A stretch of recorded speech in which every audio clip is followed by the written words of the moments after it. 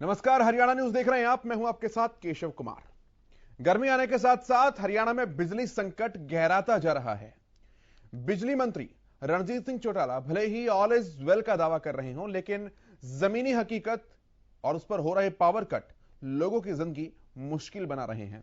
लोगों के साथ साथ किसान और व्यापारी भी काफी परेशान हैं। आखिर कौन है बिजली संकट के लिए जिम्मेदार? गर्मी से पहले पर्याप्त बंदोबस्त क्यों नहीं किए गए? हरियाणा के पावर कट का स्थायी समाधान क्या हो सकता है? बिजली मंत्री रणजीत सिंह चौटाला अपनी जवाबदेही से कब तक बचते रहेंगे? इन सब मुद्दों पर हम बातचीत करेंगे, लेकिन इससे पहले इस रिपोर्ट को देखिए, पूरे मुद्दे को समझिए।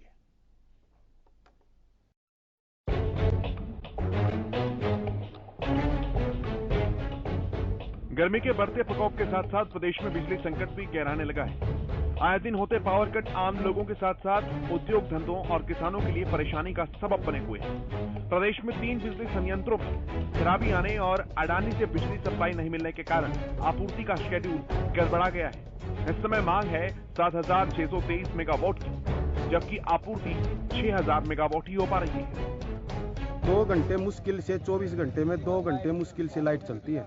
आती नहीं, बिजली आती नहीं, तब हो रहे बिजली बस पानी भी नहीं मिलता। गांव में सिर्फ 2 घंटे लाइट आती है, आधे आधे घंटे के कट के। 7 बजे आ गई तो 7:30 भाग गई, 8:30 आ गई तो 9 भाग गई। जब तक ट्यूबवेल चलाते हैं, पानी की इतनी समस्या गहर आ गई है गांव में कि ट्यूबवेल चलाते हैं, इतने पाइप में पानी आया, इतने लाइट भाग गई। प्रदेश में पानीपत थर्मल प्लांट की कई यूनिट में खराबी चल रही है। खेदड़ पावर प्लांट की एक यूनिट में भी खराबी के चलते उत्पादन प्रभावित है। तो वहीं झज्जर से झांडली स्थित MGTPL में भी एक यूनिट खराब है।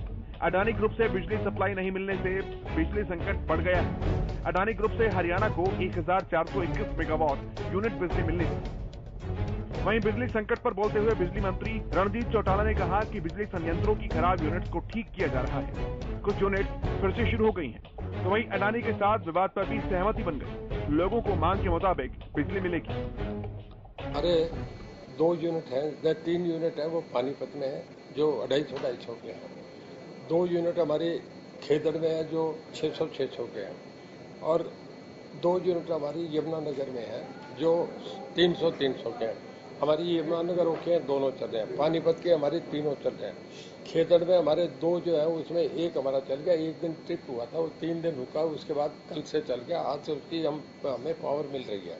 हमारी कोशिश रहती है कि कहीं भी कट ना लगे, पर कहीं क्योंकि पीक सीजन है, कहीं 10-20 मिनट का आ जाता है तो भी उसे हम रोकने की कोशिश कर रहे हैं। बिजली मंत्री भले ही मांग के मुताबिक बिजली मिलने का दावा करें, लेकिन धरातल पर हालात बिल्कुल अलग है। गाँव में करीब 8 घंटे और शहरों में करीब 3-4 घंटे के कट लगाए जा रहे हैं। बड़ा सवाल है कि गर्मी के मौसम को देखते हुए बिजली विभाग समय रहते सतर्क क्यों नहीं हुआ? गर्मियों में बिजली की डिमांड में संभावित बढ़ोतरी के लिए वक्त पर बंदोबस्त क्यों नहीं किए गए? बिजली विभाग की लापरवाही के कारण जिस तरह लोगों को परेशानियों का सामना करना पड़ रहा है, क्या बिजली मंत्री उसकी जिम्मेदारी लेंगे? Bureau report, Haryana news.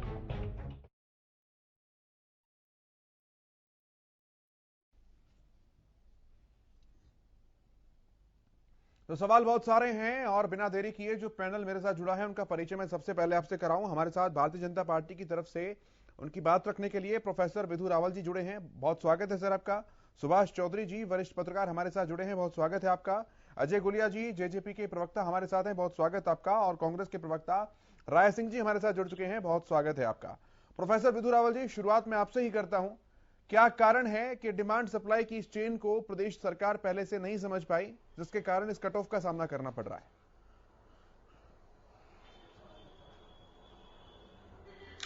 देखिए, पहली बात तो ये कि हम 30% ही इलेक्ट्रिसिटी जो है वो प्रोडक्शन के तहत जो है लेते हैं। बाकी 70% जो है वो परचेज से हम लेते हैं। पहली बात तो ये है। दूसरी, जिस प्रकार से आपने अभी अपने रिपोर्ट में भी बताया कि एक दो प्लांट्स का आपने कहा जहां पर टेम्परेरी कुछ दिक्कतों के कारण जो है वो ठीक नहीं है। जैसे खेदड़ का जो 600 वाट का जो प्लांट है जो बंद है, वो इसलिए नहीं है क्योंकि वहां पर उसका एक पार्ट है, चाइनीज पार्ट जो है, जो रिपेयर होकर भी आया, लेकिन उसको यहाँ पर इंस्टॉल करने के लिए चाइनीज इंजीनियर्स की आवश्यकता है। चाइना के अंदर इस समय लॉकडाउन लगा हुआ है, तो उस कारण से एक दिक्कत है। दूसरा, झज्जर का जो एक झांडली वाला एक प्लांट है, वो भी 660 मेगावाट का है। उसमें भी वो एक एनुअल रिपेयर पर था, अब वो बहुत जल्दी ठीक हो जाएगा, तो 17 या 18 अप्रैल को वो भी फंक्शनल हो जाएगा। इसके अलावा जिस प्रकार से हम देख रहे हैं कि इस बार गर्मी जो है वो 15 दिन पहले जो है आ गई, या यूं कहें कि 15 दिन बाद जो टेम्परेचर होने थे वो टेम्परेचर्स हम अब रिकॉर्ड कर रहे हैं, तो निश्चित तौर पर वो उसने एक प्रभाव जरूर डाला है। जहां तक ग्रामीण क्षेत्रों की बात है, वहां पर जो ग्रामीण क्षेत्रों के फीडर हैं वो इसलिए भी नहीं वहां पर दिन के समय चल रहे हैं क्योंकि खुद ग्रामीणों की, किसानों की ये मांग रहती है इस समय, गेहूं के समय, क्योंकि जब इलेक्ट्रिसिटी की जो लाइंस होती हैं वो खेतों के ऊपर से निकलती हैं, तो कई बार ओवर हीटिंग के कारण जो है उन लाइंस में से कुछ स्पार्क होने के कारण जो है कई बार आग लग जाती है। हमने देखा पिछले 3-4 दिनों से लगातार रिपोर्ट्स आ रही हैं कि सैकड़ों एकड़ जो गेहूं है वो आग लग चुकी है वहां पर। तो इस तरह ये एक प्रिकॉशनरी एक मेजर होता है जो हर साल लिया जाता है जब गेहूं की कटाई का समय होता है, तो दिन के समय ओवर हीटिंग के डर से लगातार निरंतर सप्लाई नहीं दी जाती, कुछ फेजेस में दी जाती है, आधा घंटा देने के बाद फिर 3-4 घंटे ना रुककर। तो ये एक यूजुअल प्रोसेस है। इसके अलावा ये जरूर बात है कि हमने बहुत हद तक इसकी तैयारी पहले से की हुई थी। हमने इसके नाते दादरी का जो एक एनटीपीसी का प्लांट था उससे हमने डिजायर किया था, जो सेंट्रल इलेक्ट्रिसिटी अथॉरिटी है, हमने डिजायर किया था कि हमें वहां से 750। क्या मैं ये समझूं कि आप ये कहना चाह रहे हैं कि सब कुछ नॉर्मल है?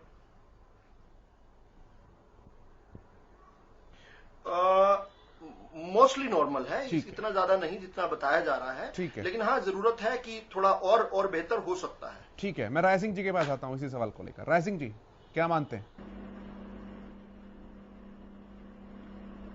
देखिए केशव जी, मेरे छोटे भाई ने बड़े प्यार से जो इनको बताया जाता है कि आज जो वर्तमान संकट पैदा हो उस पर किस प्रकार आपने अपनी बात कहकर साइड हट जाना है और अपनी बात को बताने के तरीके का प्रयास करना है। देखिए दो बातें बड़ी स्पष्ट। पहले इन्होंने कहा कि स्पार्क हो जाता है, ग्रामीण क्षेत्रों में बिजली की कटौती की गई है, इस बात का और बिजली के संकट से क्या मतलब है? कोई मायने नहीं है, एक बात। दूसरी बात, इन्होंने कहा कि हमने मतलब गर्मी पहले आ गई, ये भी बड़ी समस्या इन्होंने बताई। दोनों समस्याएं कहीं ना कहीं किसी प्रकार से वर्तमान बिजली की समस्या से कोई संबंध नहीं रखती, पहली बात। दूसरी बात, जो 4 उत्पादन संयंत्र जो हरियाणा में काम करते हैं, उसके अलावा दूसरा जो नेशनल स्कोप से बिजली देते हैं, तो क्या इनकी तैयारी नहीं थी? चारों में फॉल्ट आया है, चारों में कमियां बताई गई हैं, चारों की स्थिति खराब है। क्या 7 साल में भाजपा की सरकार ने कोई नया संयंत्र 2 या 4 लगाने का प्रयास किया है? क्या उत्पादन बढ़ाने का प्रयास किया है?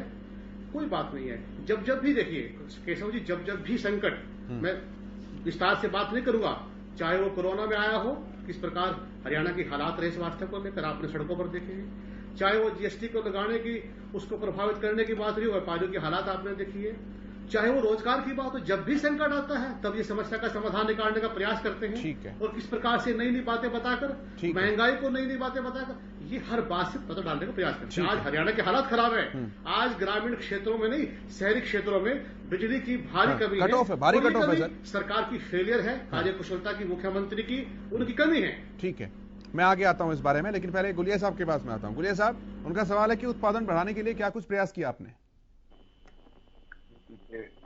बिजली मंत्री जी ने ये स्पष्ट भी करी, कमियां हैं, उसको और बेहतर बनाया जाए। एक चीज मैं 2 चीज कह रहा हूँ।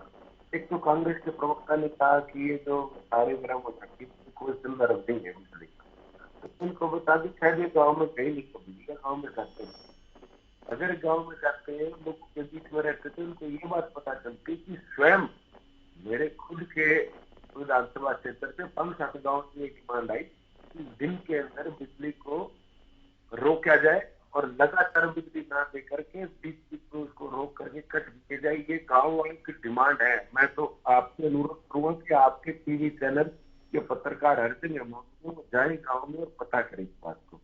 रही बात एक और, जो प्लांट की बात करते हैं, कांग्रेस अपनी पीठ थपथपाती है, ठीक है, जैसे झाड़ली का प्लांट, उसमें टर्म्स एंड कंडीशन है। मैं एमओयू की बात कर रहा हूँ, जो एमओयू साइन हुई कांग्रेस के समय में, कि वो 700 मेगावाट बिजली बनाएंगे तो उसमें से बिजली हरियाणा प्रदेश को मिलेगी, नहीं था उससे पहले का बिजली का अधिकार वो बाहर जाएगा, वो बेचेंगे। तो वो तो 480-490 से ऊपर मैक्सिमम आज तक 495 गई। तो हरियाणा को उसमें से कम मिले, हमें तो उसमें से धुआं दिया कांग्रेस ने और क्या दिया। नगर के लोगों को तो उसका सिर्फ पॉल्यूशन और धुआं मिला, वो रात मिली, बिजली तो कहीं और जाती है। वो साइन ऐसे कर रखे थे इन्होंने, किस कारणवश ये कंपनी को लाभ पहुंचाना था कि कोई इनकी मजबूरी थी, वो तो मैं नहीं जान सकता, वो तो जांच का एक विषय है। लेकिन देखिए, हाँ एक चीज मैं जरूर कहता हूँ कि सभी बेहतरी की गुंजाइश है और सरकार जो है वो जनता के साथ काम करने के लिए सुनिश्चित है। ठीक है, अब लोगों को अगर कोई समस्या है तो उसका निदान करने की जिम्मेवारी भी सरकार की है और सरकारी पर कोई कमी रह गई। ठीक है, हम ये नहीं कह रहे 100% ठीक होगा। गुड़िया साहब एक सवाल जोड़ देता हूं मैं छोटा सा ना। आपने कहा कि कांग्रेस सरकार ने क्या किया, तो 2008 में अदानी ग्रुप के साथ समझौता किया गया था जब यमुनानगर में 300 मेगावाट के जो प्लांट्स लगाए गए थे उन पर बढ़ता जा रहा था जब लोड, तो समझौते के तहत 1424 मेगावाट बिजली जो है वो अदानी ग्रुप हरियाणा प्रदेश को देता है। 2008 का समझौता है। आज की तारीख की अगर मैं बात करूं तो कोई बिजली अदानी ग्रुप जो है हरियाणा प्रदेश को नहीं दे रहा है और लगातार प्रदेश से मांग की जा रही है, दरखास्त दी जा रही है कि भाई बिजली नॉर्मल हमारे यहां पर की जाए। ये सीधा डिमांड और सप्लाई का इसको आप समझे, डिमांड और सप्लाई। देखिए आज डिमांड बढ़ी और सप्लाई, हर प्राइवेट कंपनी ये चाहती है कि वो रेट के अंदर नेगोशिएट करे। जैसे कि बिजली मंत्री चौटाला जी कहा कि उनके साथ एक विवाद था वो नेगोशिएशन को लेकर के, और सरकार ये चाहती है कि नेगोशिएशन करे प्रदेश के हित में, क्योंकि अगर बढ़िया नेगोशिएशन होगी तो लोगों को बिजली बचेगी और हरियाणा प्रदेश का जो पैसा है वो बचेगा, लोग के काम आएगा। उन्होंने स्पष्ट भी कर दिया अपने वक्त, जब आप शो शुरू करने से पहले, चर्चा शुरू करने से पहले आप बाइट दिखा रहे थे, उन्होंने बता भी दिया कि वो जो उनके साथ विवाद था वो सॉल्व हो गया, करके बातचीत हो गई है, अब वो बिजली भी मिलने लगेगी और हरियाणा प्रदेश के लोगों को जो मुश्किलें आई है। ठीक है, मैं आता हूँ, मैं इसी पॉइंट पर वापस आऊंगा। एक बार सुभाष जी के पास में पहले आ रहा हूँ, उनका मैं इनिशियल कमेंट ले लेता हूँ। सुभाष जी, क्या लगता है आपको इस पूरे बिजली संकट का कारण? सबसे बड़ी कमी ये लगती है, आज हालांकि भाजपा और जनता के प्रवक्ता जो आज शामिल हो रहे हैं बहस में, मैं उम्मीद कर रहा था कि उनके पास ये जो सीजन है या फिर इस पूरे वित्तीय वर्ष के लिए उनके पास इलेक्ट्रिसिटी सप्लाई या फिर जनरेशन का उनके पास क्या प्लानिंग है, उनकी गवर्नमेंट के पास क्या कोई ब्लूप्रिंट है कि कैसे वो जनता की डिमांड को मीट करेंगे।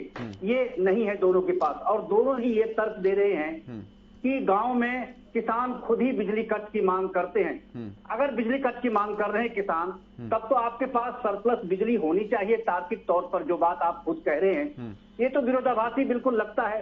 एक तरफ आप कह रहे हैं कि किसान बिजली खुद कट करने के लिए कह रहे हैं, और अगर आपके पास सरप्लस बिजली हो तो फिर कट की बात क्यों आती है? फिर क्यों कमी बिजली की दिखेगी, चाहे वो शहरी क्षेत्र हो या फिर ग्रामीण क्षेत्र हो? मेरा ये मानना है कि गवर्नमेंट डेवलपमेंट की दृष्टि से देखिए बहुत मुख्य फैक्टर है एनर्जी, और एनर्जी की दृष्टि से अगर आपके पास एक पूरा ब्लूप्रिंट नहीं है, आपकी कोई खास उस तरह की फोकस्ड प्लानिंग नहीं है इसको लेकर के कि आप कैसे मीट करेंगे, और कैसे जो लास्ट ईयर सिचुएशन क्रिएट हुई, लगभग 800 मेगावाट की कमी पिछली बार महसूस हुई थी। पिछली बार 6340 मेगावाट के आसपास की डिमांड थी और अब 7200 के आसपास की बात है, यानी 8000 के आसपास लगभग है। तो अगर 1200 मेगावाट की कमी दिख रही है, क्या सरकार के पास इतनी दूरदर्शिता नहीं है? क्या ये विशेषज्ञता इनके पास नहीं है?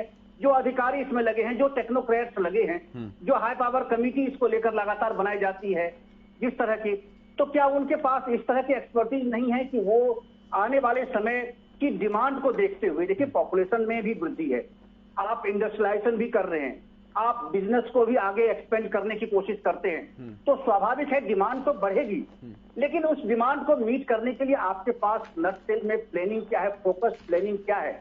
ये सबसे बड़ी कमी है सरकार की। हर बार हर इस समर सीजन में आकर के और इस तरह की तकनीकी खामियों का जो तर्क दिया जाता है, ये मुझे लगता है ये सही नहीं है। ये एक तरह से जनता की डिमांड को या उन पर जो अब इस तरह की जिम्मेदारी आ रही है, जो खामियां दिखती हैं, उसे दरकिनार करने की कोशिश की जाती है इस तरह की बातों को कह करके कि चाहे वो चाइनीज पार्ट नहीं आए या इंजीनियर नहीं आए। देखिए कोविड-19 सिचुएशन है, वर्ल्ड वाइड है और चाइना में भी है, और ये पिछले 2 साल से हाँ। पिछले 2 साल से ये स्थिति बनी हुई है। तो आपकी मैं जवाब तैयारी लेता क्या हूं है इस इस बात चीज से का। मिलने के? मैं जवाब लेता हूं इस बात का, विदुर जी से मैं जवाब लेता हूं। आपकी तैयारी क्या है इन चीजों को लेकर के? आपके पास क्या ब्लूप्रिंट है? आप केवल ये कह के कि किसान खुद ही कट की मांग कर रहे हैं। ठीक है। अगर कट की मांग कर रहे हैं तब तो आपके पास बिजली सरप्लस होनी चाहिए, जो बचाए हैं आप। तो इसका फिर इस तरह की स्थिति क्यों पैदा होती है? सुभाष जी, मैं एकदम क्लियर कट आंसर देता हूं। मैं एक बात और कह के फिर अपनी बात समाप्त कर दूंगा कि मेरा ये कहना है कि देखिए, जनरेशन की दृष्टि से और सप्लाई, ये दोनों 2 चीजें हैं, और इन दोनों चीजों को दुरुस्त करने की दिशा में अगर आप गुड़गांव जैसे शहर की ही बात अगर आप देख लें तो आपको लगेगा कि more than 70-75% parts of the city जो है वो भगवान भरोसे है। अगर आप आपूर्ति की दृष्टि से देखेंगे, कोई मॉडर्नाइजेशन नहीं है, कोई मॉडर्नाइजेशन नहीं है। वही पुराने इक्विपमेंट, वही ट्रांसफर, वही तारें, वही सारी चीजें हैं। तो मैं तो ये कहता हूँ, मैं जवाब लेता हूँ सर। मैं पहले, ठीक है सुभाष जी, हम रिफॉर्म्स के ऊपर भी बात करेंगे। पहले एक बार जो समस्या है उसके ऊपर थोड़ा सा कंक्लूसिव हो जाते हैं। प्रोफेसर साहब, मैं आपके पास आ रहा हूं। पहला उन्होंने आरोप लगाया कि आप टेक्निकल फॉल्ट का बहाना लगाकर और अपना पल्ला झाड़ना चाहते हैं, क्योंकि technical blame is the easiest blame. देखिए, breakdown is a regular phenomena. ऐसा नहीं कि ये वीरवार को हुआ तो शुक्रवार को नहीं होगा। ये जब से बने हैं तब से ये जो है कभी ना कभी कुछ ना कुछ टेक्निकली छोटी मोटी प्रॉब्लम्स हमेशा रहती हैं, और सिर्फ कोई हरियाणा के प्लांट्स में रहती है ऐसा नहीं है, पूरे देश के प्लांट्स में रहती है, विश्व भर में प्लांट्स में रहती हैं, हमेशा होती है, ये समझना पड़ेगा। दूसरा, ये जो ब्रेकडाउन का फिनोमिना है ये कोई नया नहीं है, ये एक पुराना फिनोमिना है, और इसकी साथ साथ रिपेयर होती है, रिपेयर हुई है।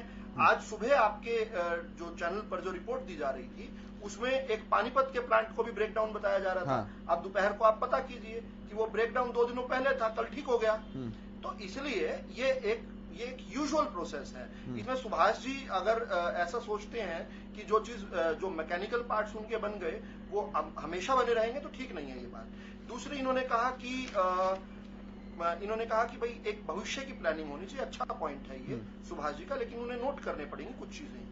देखिए, हम अपनी जो 2 तरीके से इलेक्ट्रिसिटी की हम आपूर्ति करते हैं। पहला है हमारा long term power purchase agreements के तहत, और दूसरा है हमारा एक्सचेंज के तहत। तो जो long term power purchase agreement है उसके तहत हम अभी भी 6000 से अधिक मेगावाट पर डे जो है वो ले रहे हैं। रही एक्सचेंज जो है, अब एक्सचेंज कैसी है?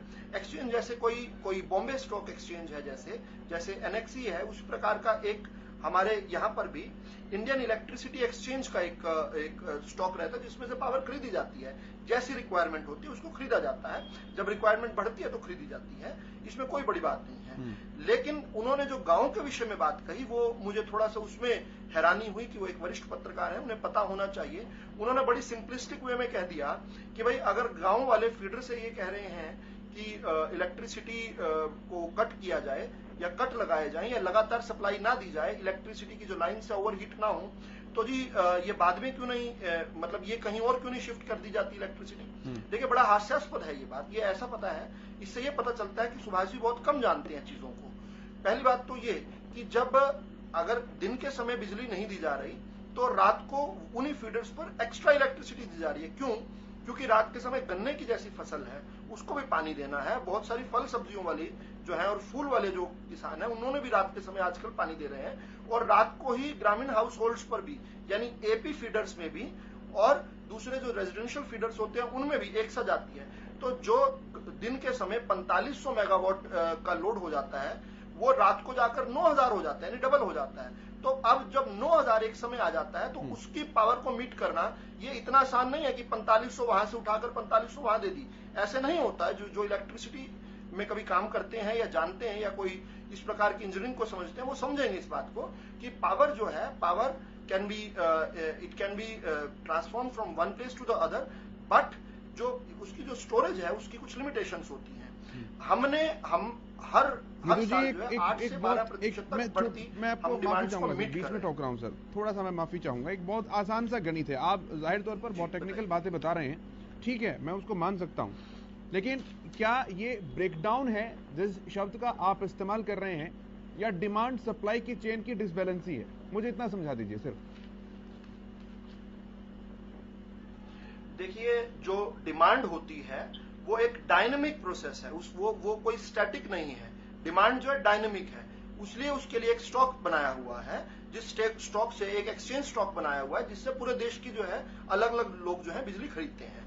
पहली बात तो ये, वो स्टैटिक नहीं है, वो आज अगर 7200 है तो कल 6800 भी हो सकते हैं और कल 8200 भी हो सकते हैं। तो उसको फोर्सी करना इज नेक्स्ट टू इम्पॉसिबल, पहली बात। दूसरी बात ये है, और जब 8200 होगी तो कहीं ना कहीं किसी और की बिजली लेकर यहां दी जाएगी, पहली बात तो ये। दूसरी बात जो है, इस समय जो अनप्रेसिडेंटेड जो गर्मी आई, क्या इससे इनकार कर सकता है क्या कोई कि इस समय जो 40 और 42 डिग्री टेम्परेचर है वो आज से 15 दिन बाद हुआ करता था? क्या इससे कोई इनकार नहीं कर सकता? तीसरी बात जो है, मैं बहुत जल्दी से कहना चाहता हूं, हमने तो लाइन लॉसेस को कम किया है। हमने जो कांग्रेस की सरकार से हमने विरासत में हमें मिली थी चीजें, वो क्या थी? थोड़ा सा मुझे इसमें एक मिनट का समय दीजिएगा बताने के लिए, पर्सपेक्टिव में रखने के लिए। हम जब सरकार में आए उस समय बिजली कंपनियों पर 35,000 करोड़ का कर्जा छोड़कर गई थी कांग्रेस की सरकार, सभी घाटे में थी और दिवालिया होने के कगार पर थी। आज स्थिति क्या है? आज हमारी दोनों कंपनियां जो हैं वो मुनाफे में भी चल रही हैं, 1500 से 2000 करोड़ के मुनाफे में चल रही हैं, और आज वो पूरे हिंदुस्तान की रेटिंग में 5वें और 6ठे नंबर पर है हमारी दोनों कंपनियां। हमसे बेहतर कौन कर रहा है? गुजरात की सरकारी कंपनियां कर रही हैं, हम निजी कंपनियों से भी बेहतर कर रहे हैं। पहली बात तो ये, और इसलिए हमें अवार्ड मिला है। दूसरी बात ये है कि हम हिंदुस्तान में कांग्रेस का कर्ज भी उतारा, उनका निकम्मेपन, उनका जो कुप्रबंधन था उसको भी हटाया, और अब हमारी कंपनियां सिर्फ मुनाफे में नहीं चल रही, अब अवार्डेड है, निजी कंपनियों से बेहतर चल रही हैं। पहली बात तो ये। दूसरी बात, हम हिंदुस्तान में सबसे सस्ती बिजली दे रहे हैं। अगर किसान को 10 पैसे प्रति यूनिट की बिजली दे रहे हैं तो हरियाणा की भाजपा सरकार दे रही है, हिंदुस्तान में सबसे सस्ती।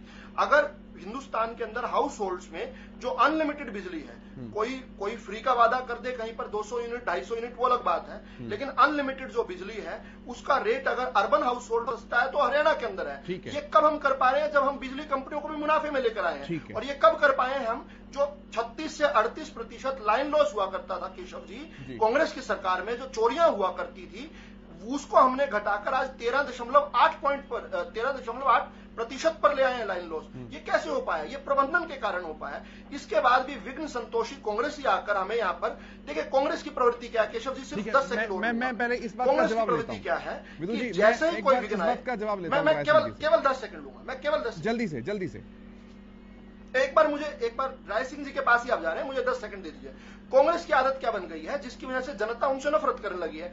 जैसे ही कोई विघ्न आता है, जैसे ही कोई मुसीबत आती है, ढोल पीटने लग जाते हैं। बिजली कम हुई, ढोल पीट दो, महंगाई हुई, ढोल पीट दो, चाहे कुछ भी वैश्विक स्थिति कोई भी हो, कोरोना है, ढोल पीट दो, चीन आ गया, ढोल पीट दो। इन पर जनता विश्वास नहीं करती। तभी चुनाव जब ये मुद्दे लेकर जनता के पास जाता है, जनता इन पर विश्वास नहीं करती, क्योंकि ये विघ्न संतोषी हैं। ये ताली बजाते हैं जब जनता समस्या में होती है, जबकि जनता समझती है कि जेन्युइन प्रॉब्लम्स है और सरकार उनकी समस्याओं के समाधान पर लगी हुई है।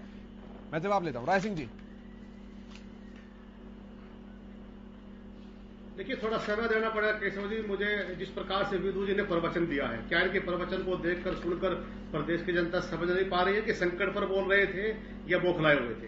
हरियाणा की स्थिति क्या है, मुद्दा क्या है, आप किस पर गंभीर हो, क्या बात करनी है, वो आपने मुद्दा उठाया कि बिजली संकट है, और माननीय जो है प्रवचन दे रहे कि हरियाणा खुशहाल है, तालियां बजाओ, अरे जश्न मनाओ, खुशियां मनाओ, महंगाई बढ़ रही है, खुशियां मनाओ। किस प्रकार की बात कर रहे हैं? रही बात केशव जी, बड़ी स्पष्ट बात है। जिस प्रकार जेजीपी के प्रवक्ता ने कहा कि कांग्रेस के प्रवक्ता गांव में नहीं जाते, अरे मेरे मित्र, हम गांव में रहते हैं, गांव की स्थिति हमें पता है, और प्रदेश के हालात जो आप लोगों ने गठबंधन ने लूट के माध्यम से बनाए हुए वो हमारे सामने है, उसकी पोल आपकी खुल रही है। और रही बात, आज इन्होंने कहा कि अडानी ग्रुप से 300 यूनिट प्रति हर वर्ष लेनी थी। अरे आज केशव जी, पहले क्या था कि पहले अडानी को सरकार चलाती थी, इन प्रकार के बड़े हाउसेस को सरकार चलाती थी। आज बड़े हाउसेस, अडानी ग्रुप्स और दूसरे ग्रुप सरकार चला रहे हैं। इनको कौन पूछने वाला है? अडानी से कोई बात कर सकता है क्या? क्योंकि अडानी बड़े आका के पास बैठकर प्लानिंग करते हैं देश को लूटने की। अरे किस प्रकार की बातें करते हैं? लोगों की भलाई के लिए कोई प्रोजेक्ट नहीं है इनके पास, केवल बड़े बिजनेसमैन को, बड़े लोगों को किस प्रकार काम करना है, कहां पर आगे बढ़ना है, वो उनके हालात है। और रही बात जो इन्होंने कही, विदु जी, जो आप कह रहे हैं कि कौशल क्रांति, आप हरियाणा में कौशल क्रांति के प्रमुख भी रहे हैं। क्या चाइना के अलावा, वहां से वैज्ञानिक बनाने के अलावा, इंजीनियर्स बनाने के अलावा, ट्रेनिंग अरे आपके पास 7 साल में आपने कोई ऐसी व्यवस्था नहीं बनाई हरियाणा के लिए? बातें करते आप मुकाबला करने की कि हम विश्व गुरु हो गए। कौन से विश्व गुरु हो गए? दुनिया में सबसे महंगी आज ईंधन अगर है तो भारत की है। दुनिया में महंगाई अगर बढ़ रही है, प्रति व्यक्ति आय घट रही है, भारत की है। जैसा नहीं बनाएंगे हम आपको आईना खोलेंगे, आपकी तस्वीर दिखाएंगे और जिस प्रकार आप प्रदर्शन करते हो वो हालात आपके सामने हैं। प्रदेश आपको देख रहा है, वोट की चोट भी लगेगी। राय सिंह जी, उनके 2 सवाल थे आपसे, मैं चाहूंगा आप उनका भी जवाब दीजिए। पहला सवाल तो ये था कि जब सरकार बदली तो कर्ज बिजली कंपनियों के ऊपर 35,000 करोड़ का था, जिसको उन्होंने उतारा। और दूसरा सवाल ये था कि लाइन लॉस जो है आपके समय 36 से 38% जो था, उसे वो घटाकर 13% तक लेकर आए। इसका जवाब। केशव जी, इनके आंकड़े जो हैं वो इनके बनाए हुए आंकड़े हैं। क्या सरकार ने जो बात रखी है कहीं पर, उस बात को अगर ये अपने घुमाकर बताएंगे, हर बात का जवाब हम नहीं दे सकते। दूसरी बात जो इन्होंने कहा, देखिए डॉक्टर मनमोहन सिंह की सरकार ने, आप देखिए हरियाणा के अंदर जब बिजली का उत्पादन किया था, क्या आप नहीं मानते, क्या प्रदेश नहीं मानता, क्या यहाँ पर जो हमारा विश्लेषक लोग बैठे नहीं मानते कि क्या इन्होंने 7 साल के अंदर, अगर ये बातें कर रहे हैं कर्जा उतारने की, अरे भाई कर्जा उतारने के साथ साथ क्या आपने कोई उत्पादन का संयंत्र लगाया है? क्या किसी प्रकार से कोई रणनीति बनाई है? हमने क्या किया केशव जी, आप याद रखिए कि हरियाणा प्रदेश के अंदर जो अलग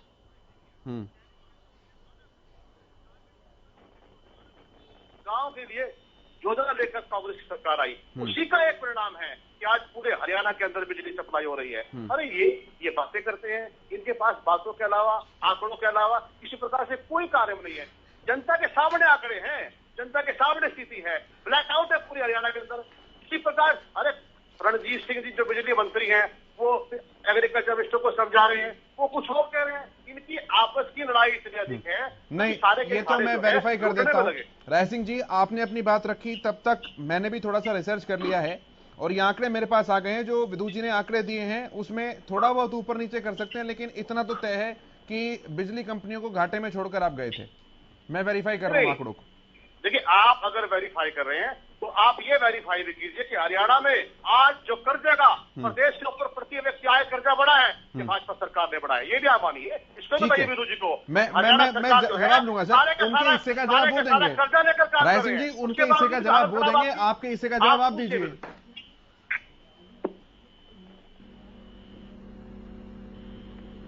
राय सिंह जी, उनके हिस्से का जवाब वो देंगे, आपके हिस्से का जवाब आप दीजिए। सवाल केवल इतना सा है कि वो लाइन लॉस जो है उसे 13% तक कम करके आए और आपका जो कर्ज था उनको उतारा गया।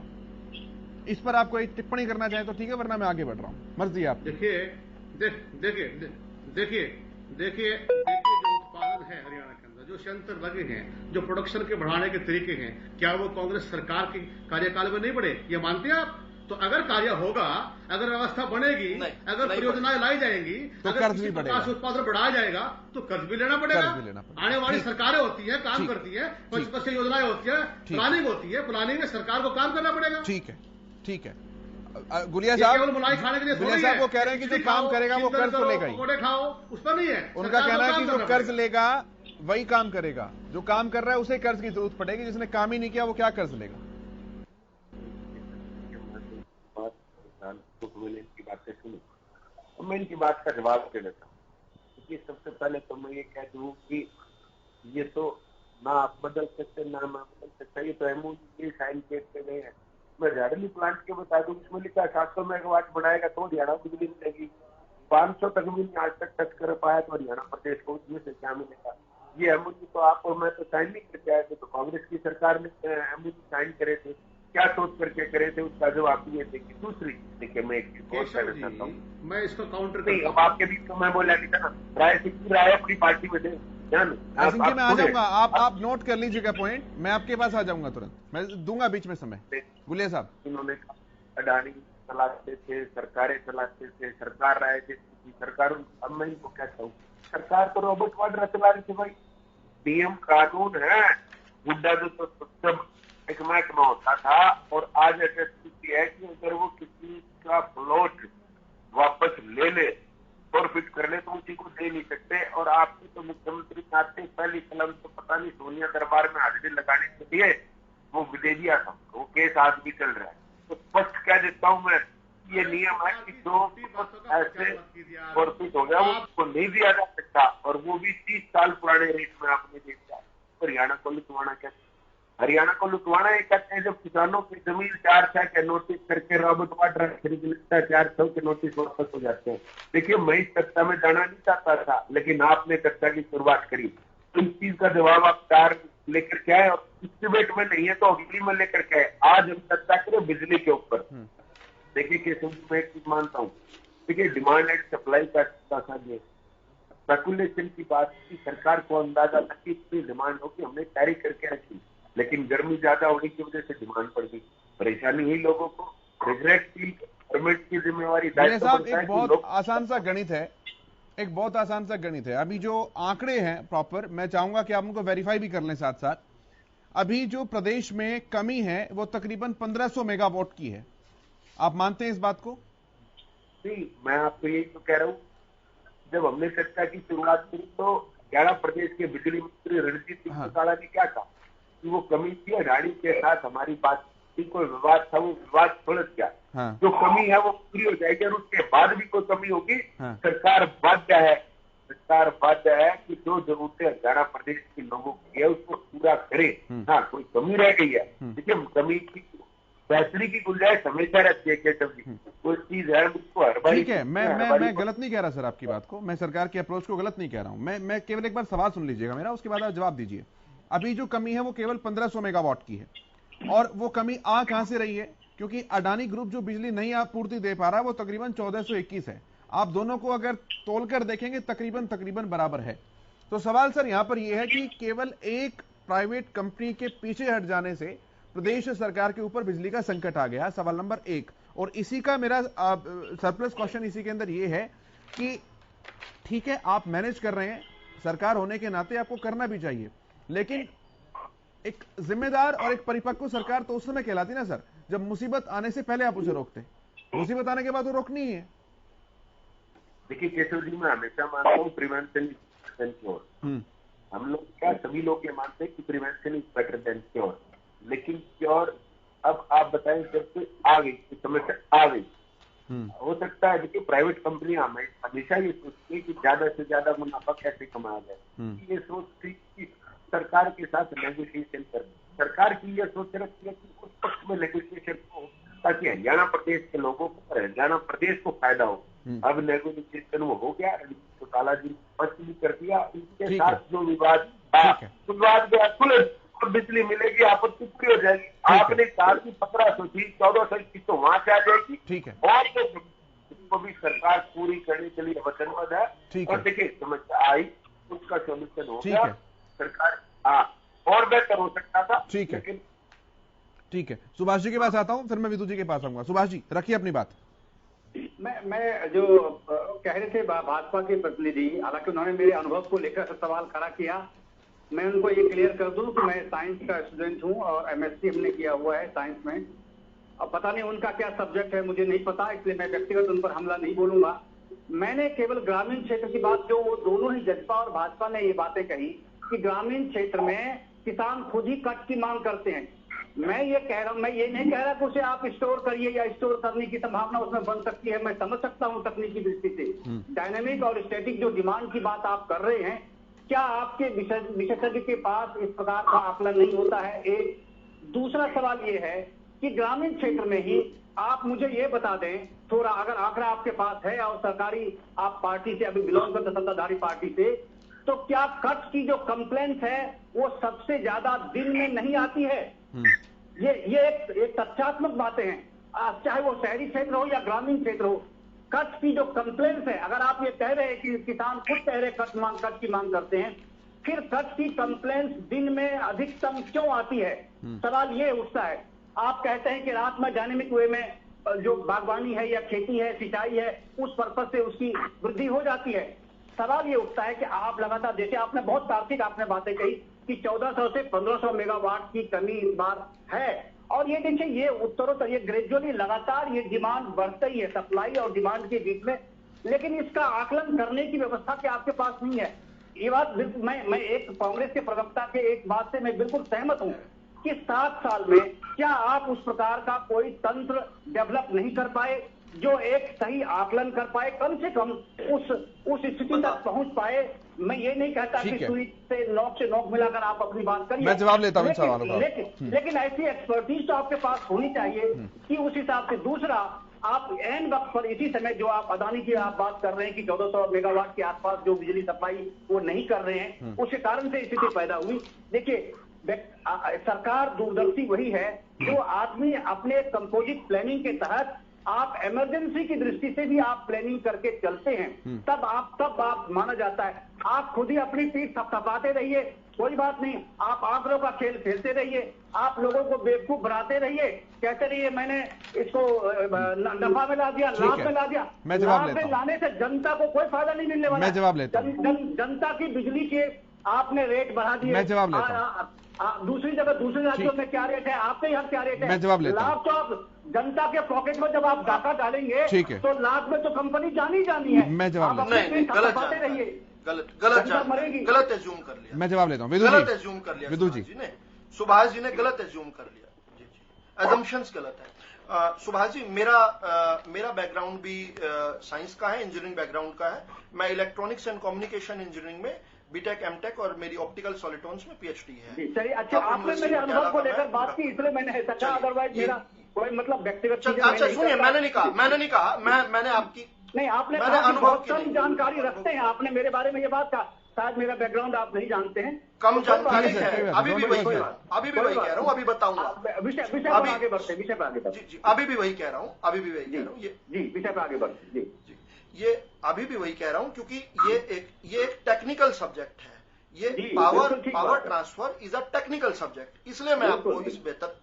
हाँ, और ये जैसे आपने सहज रूप से दूसरी बार ये कहा, इसलिए मैं और मैनेजमेंट की बात कर रहा हूँ, आपको दोबारा मैं मिसमैनेजमेंट की बात कर रहा हूँ। आप मुझे टेक्निकल चीजों से ना मिसमैनेजमेंट की बताता हूँ सर। आपकी रिस्पॉन्सिबिलिटी है, आपका सुभाष जी, ऐसे तो मजा नहीं आएगा। आप ही बोलते रहेंगे। नहीं सुभाष जी, ऐसे तो मजा नहीं आएगा ना।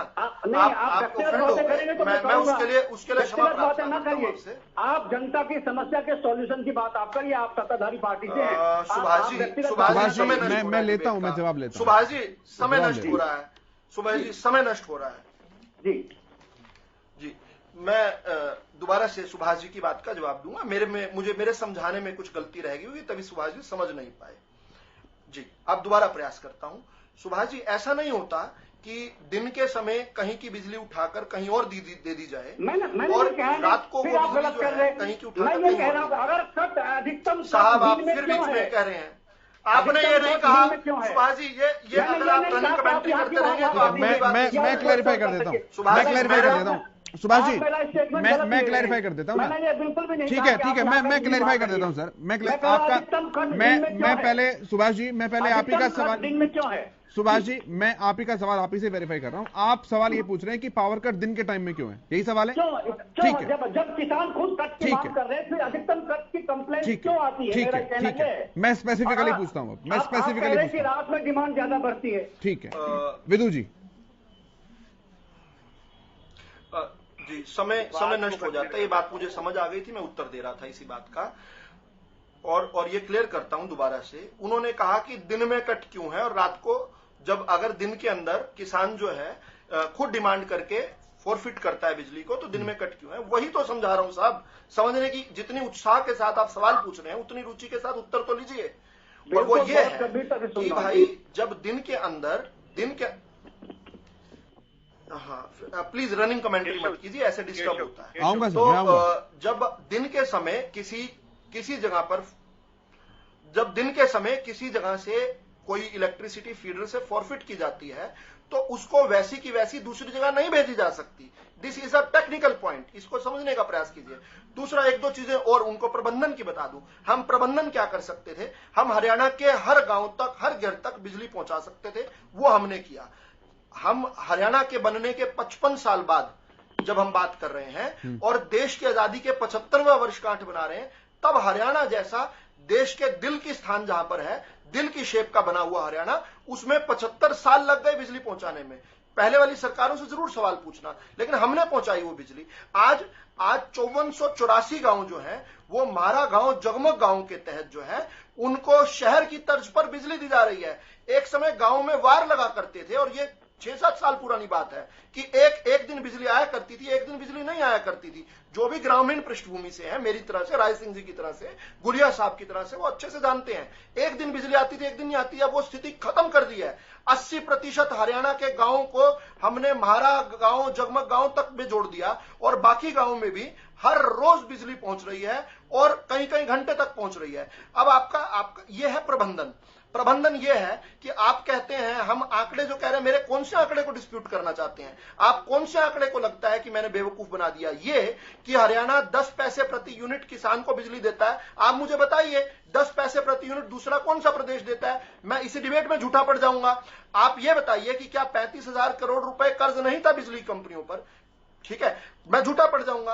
आप ये बताइए कि क्या आज 1500 से लेकर 2000 करोड़ रुपए मुनाफे में नहीं है कंपनी? ये एक पब्लिक डोमेन की फिगर है। आप ऐसे किसी को झूठा बोल दे, ये अच्छी बात नहीं है। सुभाष जी, आप पत्रकार हैं, वरिष्ठ पत्रकार हैं, आपके अनुभव को सलाम करता हूं, मैं सवाल नहीं खड़ा कर रहा। एक सवाल राय सिंह जी का, चौधरी राय सिंह जी के सवाल का भी उत्तर दे दूं। उन्होंने कहा कि चाइना से पार्ट्स क्यों इंपोर्ट कर रहे हैं? देखिए, कैसा बचकाना सवाल है ये। मैं उनका सम्मान करता हूं, लेकिन सवाल उनका बचकाना है। देखिए, मैंने नहीं ये प्लांट लगाए थे। आप जिसके लिए छाती पीट रहे थे कि हमने प्लांट हमारे समय लगे हुए प्लांट है, उन प्लांटों में जो पार्ट्स लगे हुए हैं उसको इंस्टॉल करने के लिए, उनको रिपेयर करने के लिए इंजीनियर्स वहीं से आएंगे। और ये आप पता कर लीजिए कि थर्ड वेव के कारण चाइना के अंदर लॉकडाउन है या नहीं है। This is a small thing. तीसरी, आपने अडानी की बात कही। 2007 में जब कांग्रेस की सरकार थी तब एग्रीमेंट हुआ था। 2012 में जब कांग्रेस की सरकार थी तब से अडानी से ले रहे हैं बिजली। भाई, आप रॉबर्ट वाड्रा से ले लेते, हमें तो हरियाणा के आदमियों को तो बिजली चाहिए। आप टाटा से लो, बिजली से लो, किसी से लो। लेकिन आपका एमओयू इतना गलत था जिसके कारण अडानी ने कोर्ट में आपके एमओयू को जो है चैलेंज किया। अब आपका इसलिए कह रहा हूं क्योंकि आपने किया था, जबकि उस एमओयू को हमें झेलना पड़ा, हमें भी खड़ा होना पड़ा। इतना ढीला एमओयू था, उसको कोर्ट में खारिज कर दिया गया। अडानी केस जीत गया। आपका गलत एमओयू था। अपने आपकी कमियों के कारण, आप जो कमियों का ठीक कटोरा जी बताइए। मैं ये कहना चाह रहा, ये जो टोकरी भरकर जो कमियां विरासत में आप छोड़कर गए, चाहे बिजली कंपनियों में कर्ज की बात थी, चाहे गांव तक बिजली ना पहुंचाने की बात थी, चाहे 38% तक बिजली की चोरी आप करवा रहे थे, जिसको हमने 13.8% तक छोड़ा है, जो कि ऐसी फिगर है। एक पॉइंट से दूसरे पॉइंट पे जाते लाइन लॉस होता है, ठीक है, लेकिन चोरी थी तब जाकर 36-38% था। हमने उसको मिनिमाइज किया है। आज ही की बताऊं तो 1600 जगह छापे अंबाला में पड़े, जिसमें 87 जगह पकड़े गए, 18 लाख रुपए का फाइन हुआ है। आज ही ये हम पकड़ रहे हैं, हम काम कर रहे हैं। लेकिन आपका क्या सवाल था, बताइए केशव जी। मैं आता हूं, अपना सवाल भी लूंगा। राय सिंह जी बहुत देर से कुछ कहना चाह रहे हैं, एक बार मैं उनके पास जा रहा हूं। पहले राय सिंह जी। देखिए केशव जी, थोड़ा समय को भी सदुपयोग कीजिए, क्योंकि इस प्रकार के अनोखे प्रवचन जो हैं सुन के जनता बड़ी परेशान हो जाती है। विदु जी जैसे हमारे प्रवक्ताओं पे समस्या बिजली की है। आप बार बार प्रवचन कह रहे हैं, जबकि आपकी बात, खुद की बात में कोई सब्सटेंस नहीं होता। मुझे आदत नहीं है बीच में बोलने की। मैं आंकड़े दे रहा हूँ, आंकड़ों को आप प्रवचन कह रहे हैं। बताइए कौन सा आंकड़ा है? मेरा हाथ जोड़कर आपसे निवेदन है, आप ये बार बार कह रहे हैं ये बात। आप रटकर आए हुए हैं भाई, आप रटकर आए हुए, इसका मेरा कसूर थोड़ी है। आप बताइए कौन सा आंकड़ा गलत है, मैं उसको प्रूव करूंगा। सुनिए मेरी बात, मेरे मित्र, सुनिए। धैर्य रखिए, शांति रखिए, शांति रखिए। प्रवचन तब कहा जाता है कि जनता धरातल पर परेशान है, बिजली सप्लाई नहीं हो रही है, हालात खराब है। आपके जो हमारे बढ़ाए हुए चारों संयंत्र है, उनमें सप्लाई, उनका उत्पादन, उनकी क्षमता नहीं बढ़ा पा रहे हो, तो फिर ये प्रवचन है विदु जी कि दुनिया देखिए, तमाशा देखिए, अब निकलेगा, वो निकलेगा क्या? फिर बिजली संकट निकला। अरे इन आंकड़ों को फायदा नहीं होता। एक बात। दूसरी बात, जो आप कह रहे हैं कि भाई चाइना से इंपोर्ट की जाएंगे, चाइना से आयात निर्यात होगा, उन प्रकार के जो उसमें संयंत्र लगे हैं। अरे भाई, आप तो ये कहते थे कि हमने विश्व गुरु बनकर चाइना को छाड़ दिया है। क्या 7 साल में आप उस प्रकार का उत्पादन नहीं कर सकते? ये समझने में उस प्रकार का उत्पादन नहीं कर सकते, मानते हैं ना आप फेल हो गए इस बात को लेकर। एक बात। दूसरी बात, आप अडानी अंबानी की बात करते हैं। अरे आज तो देश के अंदर लूटने का तरीका तो बहुत बढ़िया है। आप क्यों नहीं समझ रहे हैं? ये हाँ, चाइना के पार्ट लगे हैं तो आप उनको उत्पादन कर सकते हैं, कोशिश कीजिए, उनको बढ़ा सकते हैं। कौशल क्रांति का मतलब क्या होता है? आप बड़ी फर्जी बातें करते थे, कौशल क्रांति की ड्रामा करते थे, नौटंकी करते थे। आप कहाँ हैं? अरे कमाल करते हो आप। हाथ खड़े करो ना, फिर आप कहो कि हम किसी प्रकार का न्याय उत्पादन नहीं कर सकते। कमाल करते हैं, विदुजी की बातों से कुछ नहीं आता। और रही बात जो आप बार बार कह रहे हैं, यहाँ ठीक है आप तथ्यात्मक तरीके से बात नहीं करोगे, तकनीकी रूप से आप बताने का प्रयास करते हो, लेकिन आंकड़े सही नहीं है। लेकिन धीरज जी, धर्मेंद्र जी, जो भी हमारे विश्लेषक हैं, एक बात धर्मेंद्र जी बड़ी स्पष्ट है, ये लोग झूठ बोलने में बड़े पक्के हैं। झूठ इतना बढ़िया बोलते हैं, इतने तरीके से बोलते हैं, बहकाने का जो उनका प्रयास है इतना जबरदस्त है। और रही बात जो जेजेपी के प्रवक्ता बात कर रहे थे, अरे भाई आप सत्ता की बड़ाई खा रहे हो। आप तो सरकार के खिलाफ लड़कर खट्टर साहब को सैकड़ों हजारों गाड़ियां देकर चुनाव में गए थे। आपको 10 सीटें भाजपा सरकार के खिलाफ मिली थी। अब ये लेकिन आज आप सत्ता की बड़ाई चाट रहे हो, किसके कारण? अरे उस व्यक्ति को जेल से निकालने के लिए जिन्होंने नहीं इन्हें ये बार-बार मोहल्ले के लोग लड़ाइयां करते हैं। इनके जो आका है अजय सिंह चौटाला, क्या जेल में नहीं रहे? वैसे मोहल्ले की लड़ाई थोड़ी ना है कि आपने ऐसे किया था, आपने वैसे कारावास नहीं हुआ। आज की स्थिति क्या, आप उस पर बात कीजिए। मैं उसी पर बात कर रहा हूँ। ये आंकड़े ये दूर बात करते हैं। बात ये है केशव जी, बड़ी साफ सुथरी बात है। क्या ये गलती मानते हैं कि इन्होंने 4-7 साल में कोई उत्पादन नहीं बढ़ाया? मानते हैं कि नहीं मानते? क्या आज हालत खराब है कि नहीं है? क्या हमने हालत खराब की है? क्या कार्यकुशलता, क्या प्रबंधन हमारे हाथ में है? अरे सरकार ये चला रहे, लोगों को बिजली नहीं मिल रही है। तो सारे टीचर अभी नौकरी कर रहे हैं और प्रमोशन मिल रहे हैं। मानदेय कोर्ट में उन सबकी भर्तियों को सही माना और सीबीआई की चार्जशीट में और पुलिस की चार्जशीट में कहीं भी पैसे का कोई लेन देन था। ये तो मैं बात कर रहा हूँ। लूट लो हरियाणा को, अजय सिंह गोलिया आपको मौका मिला है, आपने प्रदेश को लूटने का ठेका ले लिया। जैसे लोग हैं साफ पानी देते थे, में चल रहे हैं। जैसे लोग आप जैसे लोग सत्ता की लड़ाई चाहते हैं ना, जनता देखती है आप लोगों को। ग्रामीण तरीके से आप सरकार के साथ भागीदारी बनकर, अरे जिन मुद्दों पर चुनाव लड़ा था वो कहाँ है मुद्दे? आज कहाँ पर है मुद्दे? कहाँ पर है वो विकास की बात? कहाँ पर है वो खट्टर सरकार का विरोध? अभी कांग्रेस के प्रवक्ता ने कहा कि सबसे महंगा धक्का डाल रहे हरियाणा प्रदेश के उपभोक्ताओं पर। मैं इनको बता दूं, आपने बड़े स्कैंडल लूट लिए हरियाणा प्रदेश के अंदर, बात करते हैं फिर मध्य प्रदेश में, फिर दिल्ली में, फिर कर्नाटक में, फिर पंजाब में, फिर तमिलनाडु में, उसके बाद जाकर के हरियाणा का नंबर आता है। इन प्रदेशों में कितनों में सरकार है तो डाका तो ये डाल रहे उपभोक्ताओं की जेब पर। और मैं दूसरी बात बता दूं, डाका तो इतना डाला है, लूट कर हरियाणा चौधरी देवीलाल की विरासत को लूट लिया आपने, ओम प्रकाश चौटाला के बुढ़ापे को लूट लिया आपने, अजय सिंह चौटाला की निष्ठा समर्पण को लूट लिया आपने। अरे गद्दार हो आप, हरियाणा प्रदेश के लोगों के लिए गद्दार हो आप, गद्दारी की राजनीति करते हो आप। किस लिए आए थे आप? किस बात को लेकर आए थे? गद्दारी लेकर आए थे? ठीक है सर, अजय सिंह गोलिया जैसे भ्रष्ट लोगों के प्रवक्ता यहाँ पर बैठे जो लूटने की बात करते हो। ये पुराने गड़े मुर्दे नहीं उठा ड्रामे।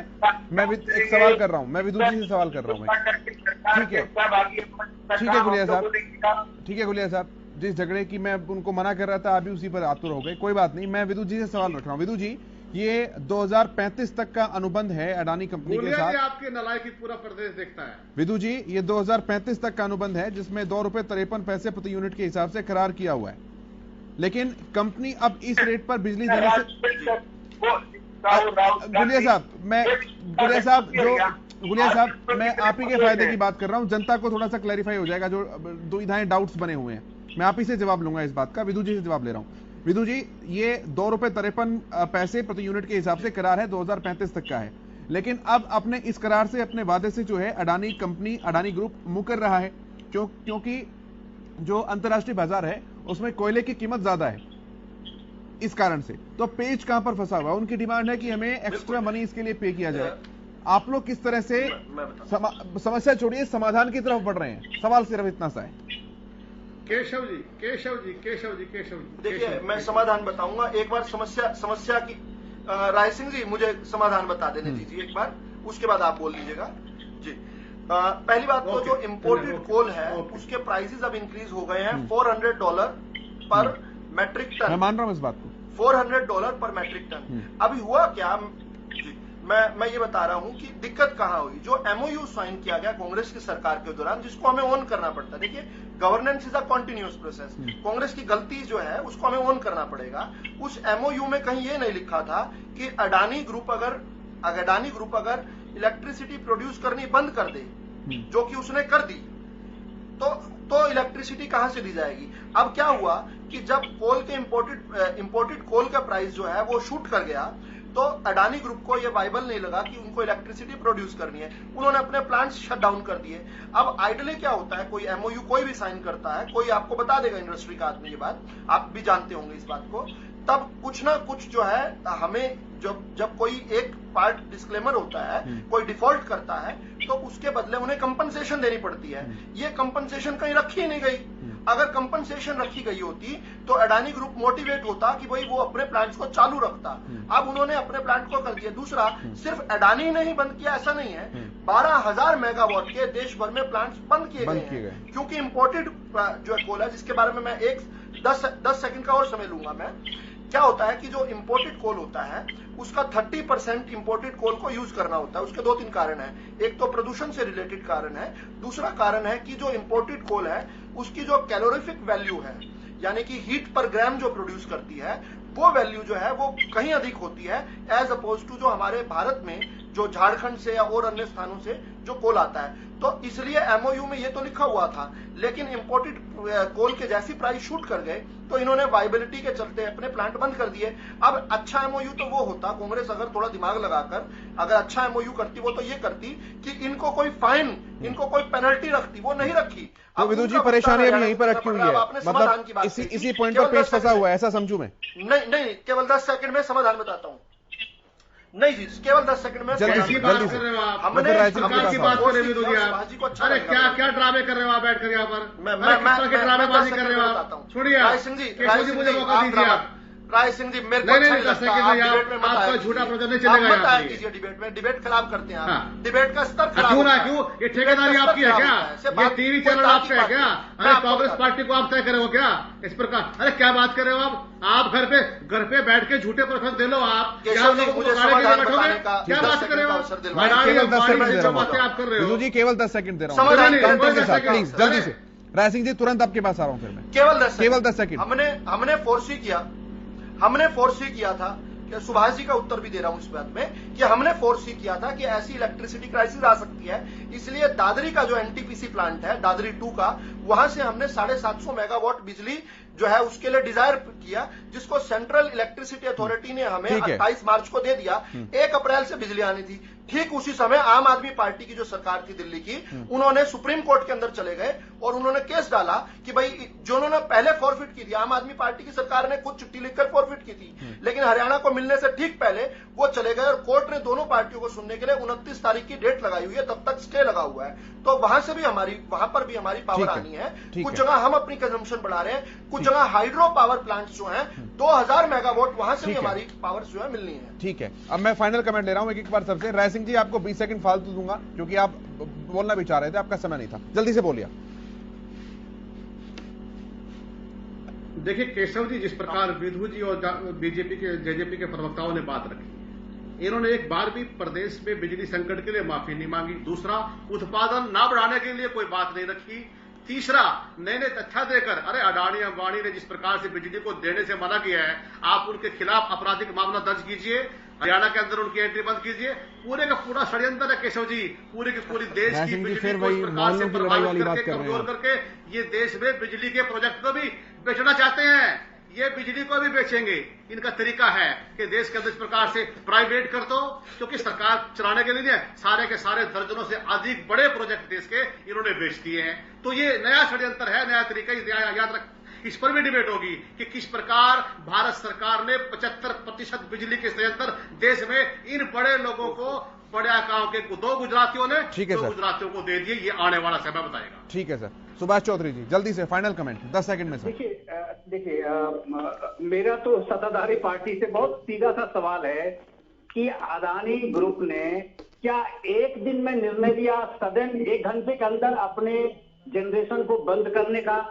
इसकी जानकारी सरकार के पास नहीं की, और क्यों नहीं, निगोशिएशन क्यों नहीं हो सकता है?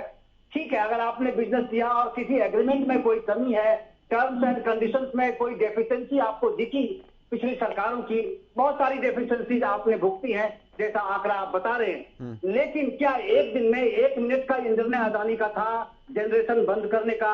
बिल्कुल नहीं हो सकता, ये व्यावहारिक बात नहीं हो सकती। तो जब आपको इस प्रकार के संकेत मिल रहे थे तो समय रहते आप सतर्क क्यों नहीं होते हैं? ठीक है सर, मेरा सवाल ये। ठीक है सर। अजय जी जल्दी से। मैंने सरकार उसको सरकार का प्रयास किया, सरकार अग्रसर है उसकी तरफ, और इसमें हम लोग कामयाबी उसको रिजॉल्व कर लिया गया है। जल्द से जल्द जितनी डिमांड है, ठीक है आपको प्रोफेसर साहब फाइनल कमेंट समस्या भी प्रोफेसर साहब। हमने सुभाष जी की बात का जवाब दे चुका हूं मैं, वो एक बार दोबारा विजिट करें। जो कोर्ट के अंदर केस चल रहा है, जो एनटीपीसी दादरी के प्लांट से मिलना है, हरियाणा की सरकार अचीवर है बिजली के मामले में, चाहे सबसे सस्ती बिजली देनी हो, चाहे सबसे ज्यादा उपभोक्ताओं को बिजली देनी हो, चाहे बिजली कंपनियों को मुनाफा में लाना हो, तीनों अकाउंट्स में हम हैं और हम इस पे प्राउड फील करते हैं कि हम इतना बेहतर प्रबंधन कर पाए हैं। There is no need to worry. हम इन चीजों ये स्थिति सामान्य कब तक हो जाएगी सर? विद्युत जी, ये स्थिति सामान्य कब तक हो जाएगी? जल्दी से। और ये प्राउड फील कर रहे हैं अगले 3 से 4 दिनों में, 3 से 4 दिन में, ठीक है सर, हरियाणा 3 से 4 दिन में सब ठीक हो जाएगा। ठीक है सर, 3 से 4 दिन में सब ठीक हो जाएगा। बहुत धन्यवाद आप सभी का, प्रोफेसर विदु रावल जी, सुभाष चौधरी जी, अजय गुलिया जी, राय सिंह जी, इस चर्चा में शामिल होने के लिए बहुत धन्यवाद आप सभी का। मेरे साथ इतना ही, लेकिन खबरों का सफर लगातार जारी है।